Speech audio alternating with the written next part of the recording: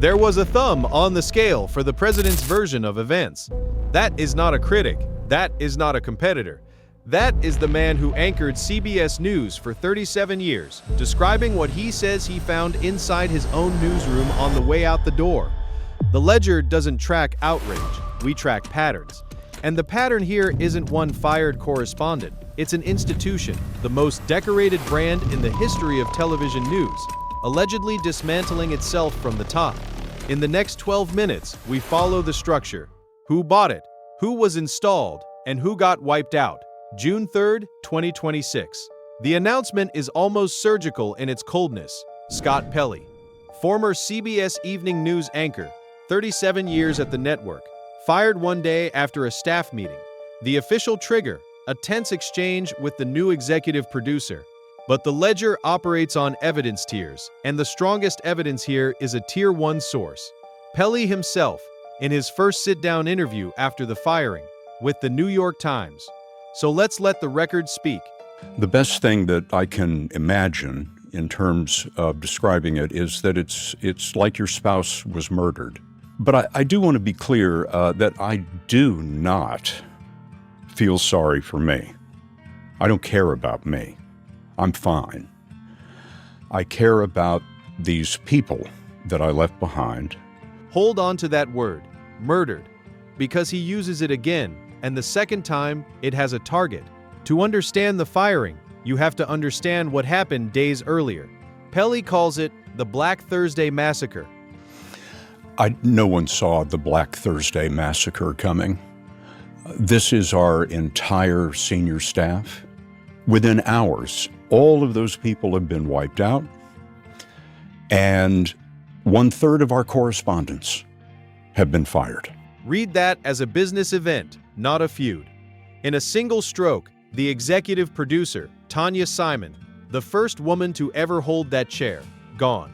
Top correspondents Cecilia Vega and Sharon Alfonsi, gone. And here's the detail the Ledger can't ignore. This wasn't a house cleaning after a bad year. By Pelley's account, the season had just closed with a 9% audience growth and 2.5 billion online views. They had just won 2 Emmys. Hours later, the people who won them were wiped out. And it wasn't only Pelley saying it. His colleagues went public, defending Simon, invoking the old 60 Minutes ethos that a newsroom should be a place of argument, not a dictatorship. If you've ever watched a company gut its best people right after their best year and call it modernizing, you already know what that smells like. Drop your story below. If you care less about the gossip and more about the blueprint, how these takeovers actually work, subscribe. The Ledger doesn't beg, we assume. Then Pelley said the thing that detonated. In that closed-door staff meeting, he accused the new editor-in-chief, Bari Weiss, of murdering the broadcast. This is Tier 2 investigative reporting corroborated across the AP, the New York Times, NBC, and The Guardian, 4 independent outlets, same quote. To be precise and fair, these are allegations. CBS and Weiss deny any bias or interference. They call the disputes the normal back and forth between editor and correspondent. The Ledger files that denial right next to the accusation, because the audience deserves both. It was the wholesale nature of it. Our senior staff wiped out after a triumphal year. This is 1/3 of our correspondent corps. Then the institution answered, not with an explanation, but with an email. Pelley says he didn't walk into that final meeting expecting to be fired. Dismissive. Before I could take my seat, Tom Sabrowski said, "This is a firing offense." I turned to Bari Weiss, who was sitting to my left, and I said, "But let's talk about the firings. Why were the firings necessary?" I'm not answering that question. He scheduled an hour. It lasted about 10 minutes, stonewalled, question after question, the same wall. And then what he describes next is the human cost made literal. An hour goes by, 2 hours go by, 3 hours go by, 4 hours go by, and then it hits me. This is a vigil. 50 people stood outside his glass office for 4 hours, waiting to learn his fate with him. He finally sent them home to their families. The email came after they left. That's not a feud between 2 executives. That's a newsroom grieving in real time. But here's the detail that recontextualizes the entire story. Why would a triumphant broadcast be gutted at all? Pelley points to one specific story, a February piece on the Minneapolis ICE protests. He says that hours after deadline, leadership sent notes asking the team to reframe the footage. Two of the things in the email include, can we make the protesters look more violent? You need to describe her as driving toward the officer. This is not what you see on the video. His phrase for it, sit with the mechanics of that. There was a thumb on the scale for the president's version of events that I felt was a level of political influence that I had never seen in 37 years at CBS News. A correspondent says he was asked to describe a video as showing something the video does not show, and he says he simply refused and ran the story as reported. No retraction, no correction. The piece was accurate. The objection, in his telling, wasn't that he got it wrong, it's that he wouldn't tilt it. A PR misread or editorial interference? Comment before we continue.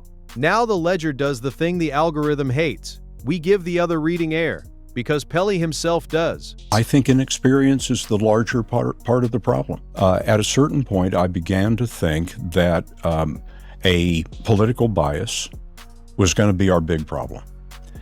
And then later, it occurred to me that it was the inexperience. That's the honest version.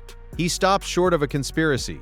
He lands on incompetence, leadership installed without television experience, breaking deadlines, one broadcast reportedly coming within 19 minutes of not airing. The Ledger files this as the more defensible claim. Not a plot, a structure that didn't know what it was breaking. So follow the structure, because the people are downstream of it. The story starts with a sale.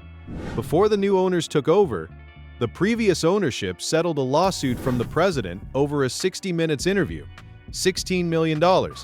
Paramount said the money went to a future presidential library, not the president personally, and that the settlement included no apology. Pelley and others call it a bribe to clear the path for the sale. That characterization is theirs, but the $16 million is documented fact. Then the network is sold to David Ellison. Then Ellison installs Bari Weiss, a former opinion writer, no television experience, as editor-in-chief, a title Pelley notes had never existed at CBS News. What concerned me was that she had zero television experience and had never managed a large global operation like CBS News. Those were red flags to me. That's the institutional spine. New owner, new money, new leadership with a mandate to modernize. And underneath the mission statement, the people who actually made the broadcast removed. And it didn't stop at the talent. The institution's own unions moved. SAG-AFTRA and the Writers Guild East publicly censured the management onslaught, said morale was at an all-time low, and signaled they were prepared to support legal action. When the guilds put it in writing, it stops being one man's grievance. Pelley's parting note to staff didn't hedge.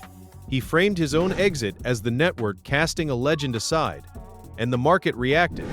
But right now, CBS News, in my view, is on fire. Per reported Nielsen figures, CBS Mornings dropped roughly 11% in total viewers in the days after the firing, on track, by one account, for its worst-rated June ever. We label that reported because audience data swings, and one bad month is not a verdict. As for Pelley himself, within weeks, he signed with one of the biggest agencies in Hollywood. The correspondent lands. The question is whether the institution does. Here's the synthesis, and it's a question, not a conclusion. CBS built a century of trust on one promise, that no owner, no advertiser, no president gets a thumb on the scale. Pelley's allegation is that the very people brought in to save that brand are the ones who tilted it. CBS says it's normal editorial friction. So you decide, is this a hostile takeover of American journalism's most trusted room, or just a clumsy, badly run modernization? Tell us your verdict below, and then click the breakdown on screen, where we trace exactly how the Paramount Skydance money actually moved. Because the Ledger doesn't follow the outrage, we follow the pattern.